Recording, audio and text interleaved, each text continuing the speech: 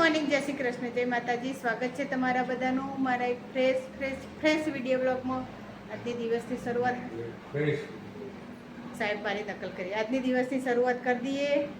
ચલો, આજ જવાનું છે બહાર. મારા દક્ષિણબેન અમારા ગામડે જવાનું છે, તો ગામડેમાં જે મજા કરીએ, શું કરીએ છીએ જોતા રહેજો. અને ચલો, સાહેબને દક્ષિણ જય શ્રી કૃષ્ણ કહીને પછી નીકળીએ આગળ. સાહેબ જય શ્રી કૃષ્ણ. જય શ્રી કૃષ્ણ. બોલો બોલા. તમારા ફ્રેશ વિડીયો, આજના વિડીયોમાં તમારું સ્વાગત છે. સાહેબ છે ને એ મારી નકલ કરી હો. હા, નકલ કરીએ છીએ અકલની સાથે. જેવા છીએ મારી નકલ કરી છે. ઈવન તો મારવા નહીં, ધોકો લઈને મારવા નહીં, ધોકો લઈને ગંધા તા નાકમાં આગળી ગાલી. દક્ષ વિડીયો ઉતારું જોજે ગંધા તા જો હેડે નાટક કરી જોજે. શિવ નાટક કરી. દક્ષુભાઈ જય શ્રી કૃષ્ણ. આ સ્વાગત છે તમારો ફ્રેશ વિડિયો. તું હે મારી નકલ કર, બધો મારી નકલ કરો આજ. આજે નકલ કરવાનો દિવસ છે એટલે ફ્રેશ વિડિયો. હા નકલ કરો. લેડો પેલો કપડા હુકવવાના બાકી.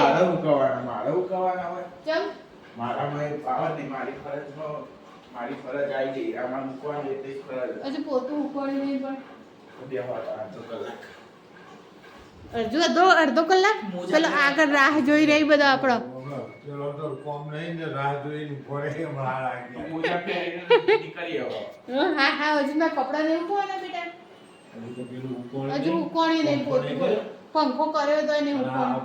સૈયા એ તો કમ્પ્લીટ ખાલી કપડા જ કાઢી લે ને. હા કાઢી લઉં છું. એટલે જાણે દક્ષુભાઈ હજુ તો જો પોતું હુકવાણી નહીં. वो तो ऊपर डालना तो 1 कलाक થશે. ઓકે તો આવી ગયા. વધો નહીં હેડ હવે નીકળીએ.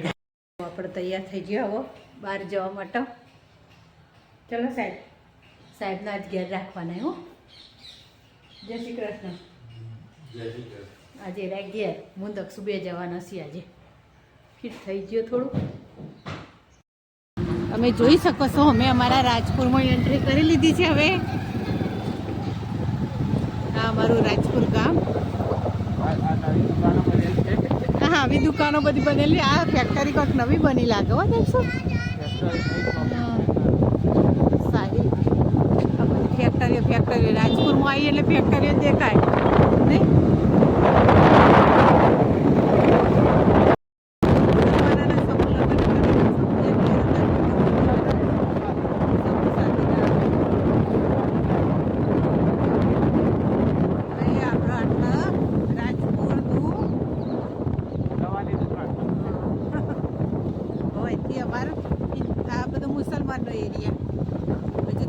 મુસલમાનનો જ એરિયા ને. અમે આવી ગયા અમારા રાજપુર ગામમાં. તમે જોઈ શકો છો અમારું ગામ, આ મારો વાસ, પેલું મંદિર. એ દર્શન કરવા જવાનું છે અમારા રાજપુરમાં. ગ્રામ પંચાયત હતો, પશુ દવાખાનું થઈ ગયું દક્ષુ. જો પહેલાં ગ્રામ પંચાયત હતું અહીંયા. ચોરો કહેતા, દેશી ભાષામાં ચોરો કહેતા. અત્યારે તો ગ્રામ પંચાયત થઈ ગયું.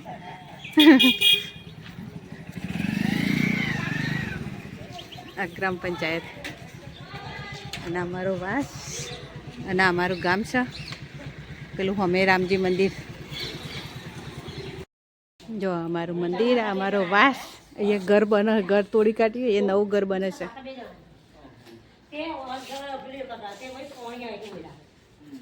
બોલો સુભી જય શ્રી કૃષ્ણ. હવ મજામાં. અમારા મહાકાળી માનું મંદિર. કે ગરબા કરે લાગી છે અને અમારું મંદિર છે.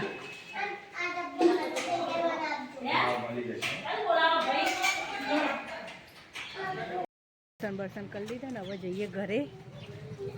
અહીંયા અમારે આ રહીએ ને આટલો જગ્યા રહે ને ગમે તે અવસર હોય તો અહીંયા કરવાનો બધો જ અવસરનું બધું.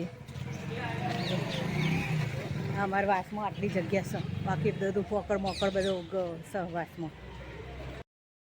અમારું ગામ. અમે દર્શન ઉમિયા માતાજીનું મંદિર, આ ઉમિયા માતાજીનું મંદિર, પૂનમના વસ્તી આવે દર્શન હા કરવા. પૂનમના દર્શન કરવા આવી બધા. તો આખી અહીંયા આ ડેરી અહીંયા નવરાત્રિમાં દિવાળી મસ્ત થાય ને દક્ષુ? દિવાળીના ગરબા. ગરબા મસ્ત થાય.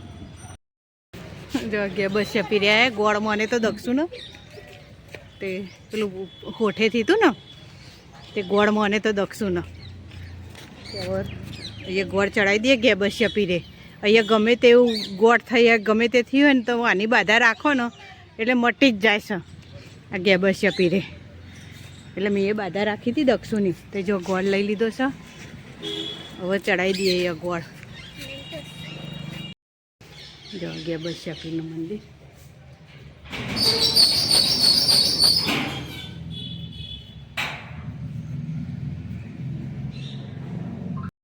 નો ટાઈમ જુદો બતાવે છે જો 2015નું સેટ નહીં કરી એટલે હજરત ગેબન સપીર.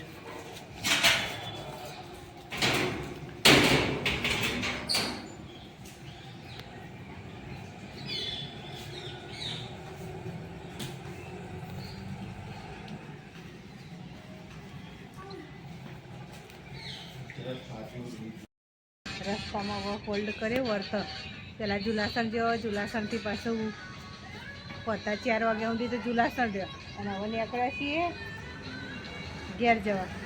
હવે નીકળીએ હું દક્ષુબે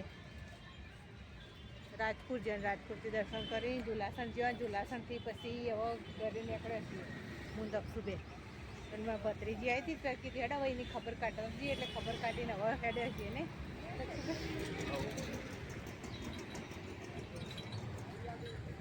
ચલો હવે અમે આવી ગયા ઘરે. અમને તો સોફા બેહારે મૂકી જતા તે વળીને આવ્યા તો હવે સોફામાં જ બેઠે. હે દક્ષુભાઈ શું કહેશે તારા પપ્પા વિશે?